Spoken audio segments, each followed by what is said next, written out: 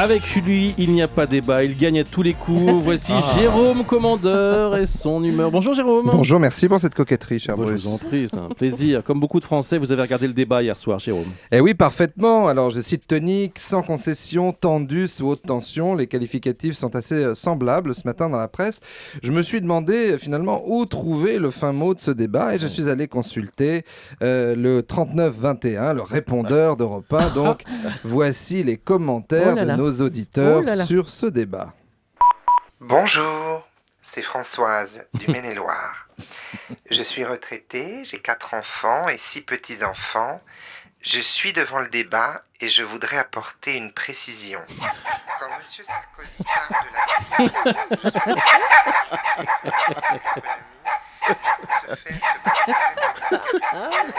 et par un soutien à la consommation.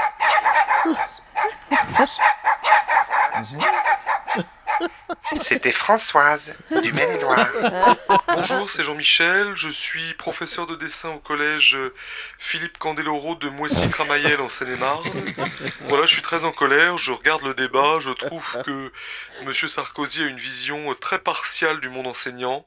Enseigner aujourd'hui, c'est très difficile. Moi, je travaille 4 heures par semaine, plus les copies à corriger, ce qui est assez balèze quand on est prof de dessin.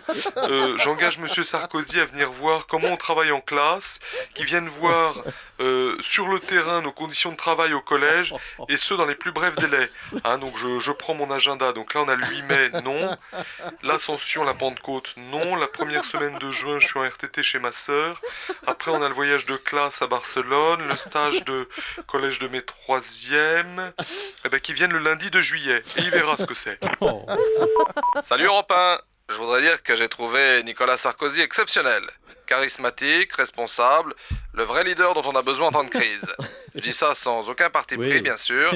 C'était Charles-Éric, trésorier de la section UMP de Neuilly-sur-Seine dans les Hauts-de-Seine. Bisous.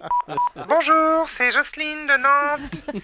Je voudrais dire que le débat a été une nouvelle fois très très pauvre en idées neuves. La candidate Ferrari n'a pas fait une proposition. David Pujadas encore moins. Un débat qui n'a vraiment pas passionné. La preuve, il n'y avait que 2 messieurs en costume noir dans le public. Au revoir, bisous.